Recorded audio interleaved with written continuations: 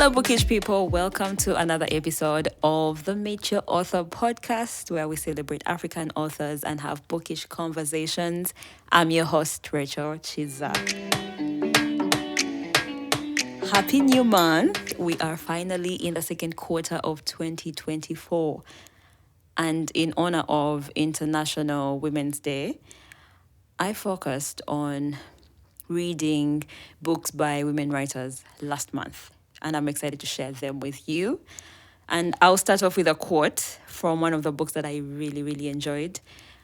It says, "A successful prostitute was better than a misled saint. All women are victims of deception. Men impose deception on women and punish them for being deceived, force them down to the lowest level and punish them for falling so low, bind them in marriage and then chastise them with menial service for life, or insults or blows. Now I realized that the least deluded of all women was the prostitute, that marriage was the system built on the most cruel suffering for women." This is a quote from Woman at Point Zero by the late Nawal El Saadawi.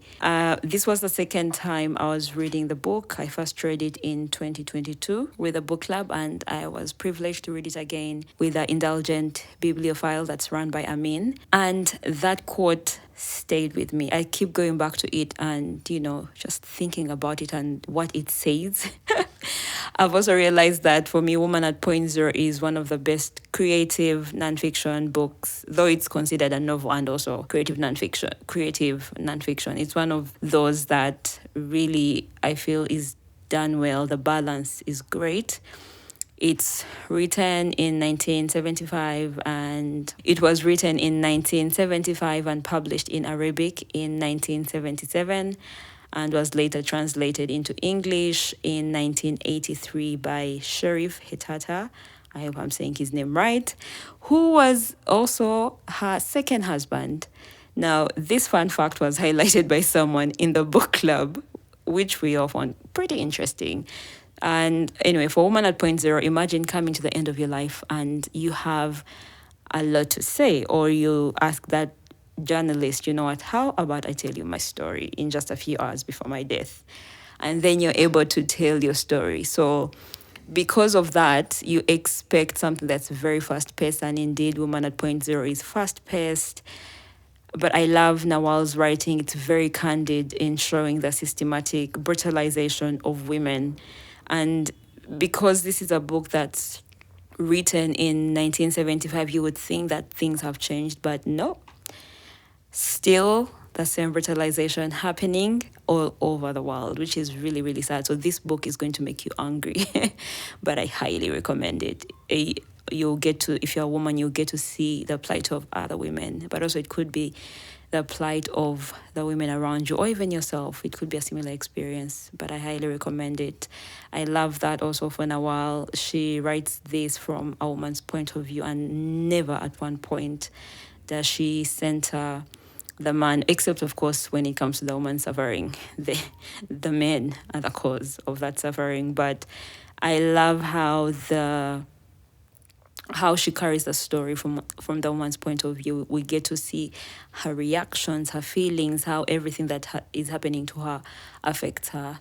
I absolutely recommend it, and I'm so glad that we read it in the month of March. My second book that I absolutely enjoyed is What a Mother's Love Don't Teach You by Shama Taylor. This is her debut novel, published in 2022.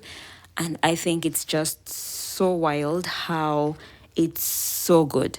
Really, really good. It's told from multiple points of view. I felt like all the characters were given an opportunity to speak. You know how Chimamanda talks about the danger of a single story? Because of the points of view, you don't get only one story. The story is fleshed out through all the points of view. We get to hear, see, and understand them without losing sight of the key characters, which I think for someone to be able to achieve that is really incredible. And I love that the novel explores also the political side of things in Jamaica without weighing the book down. And one thing was clear to me, that Jamaican politics is not very different from politics in Uganda. I love the themes that the novel explores, like identity, belonging, abuse in all its forms, and the sense of place. I really felt transported to the beaches in Jamaica. I felt transported to the affluent restaurants, to the slums, to the police station, the party hubs. I felt it all. And generally, I think if there's any Caribbean writer you should be looking to read this year, should be Shama Taylor. Her book is really great. The themes explored, great voice, amazing. I really, really enjoyed it, and I can't wait to read her next works. The third book that I read is Recipe for Disaster by Lilian Tindiewa, who is a Ugandan writer. This particular book was published in 1994, and this year it's turning 30 years. I had a conversation with the author, and I would ask that if you haven't listened to it yet, pause right here, go listen to that particular episode, and when you're done, get back here and listen to this one. But yeah, we had a great conversation about the novel, celebrating 30 years, and writing then vis-a-vis writing now. This particular one, Recipe for Disaster, was a nostalgic read since I read it in 2005 during my secondary school days. As a youngin' then, I never wanted my life to turn out like one of the characters' lives turned out. But reading it as an adult now, I feel sorry for some of the characters in the book. I remember I kept screaming, don't do it, don't do it. But, well, the book was written 30 years ago, so everything had to play out. But yeah, I felt like I had more empathy and sympathy, more of empathy for the characters and the things that they were going through, the decisions that they had to make, the things that they were navigating at such a tender age with at such a tender age, really. And I feel like the novel captures the many issues the young people face that could hinder their success in terms of education, but also I think personal growth, really. And I don't think that those things have changed even now in 2024. I think the same challenges and issues are still there, but more magnified. The other book that I read and really enjoyed is Next of Kin by Kia Abdallah, published in 2021. This was a book recommendation, a worthy one, I must say. I was having a tough week, but this is exactly what I needed to get me through. And it did. It gave me the energy to get out of my slump and continue reading all the other books I had planned to read. I listened to it on Everend, aka Scribd. The narrators were superb. It was an audiobook. The narrators are superb. I love that the story centers on sister complexities. I feel like I always like those stories that center sisters, because I'm a proud big sister, and I really saw myself in this particular story, Next of Kin. I had so much to reflect on. I wondered whether as a sister I'm controlling, or how far I would go to help, support, save my sisters. Yeah, it left me with a lot to reflect on, but it's really good. I love the writing of the author. I love the points of view that we get to hear from each sister, but also the people in their lives. I really love how the story is told. Never did I get bored at any one point. Right from the beginning to the end, I wanted to listen in. I even kept narrating it to my housemate, like, oh my God, this is what's happening. This is what is going on. Can you believe? Can you imagine? And we would sit and dissect the book even when she wasn't reading it or listening to it. That's how good it is. The suspense is brilliant. The twists, oh my God. If you're looking for something to read this month, I would highly recommend Next of Kin.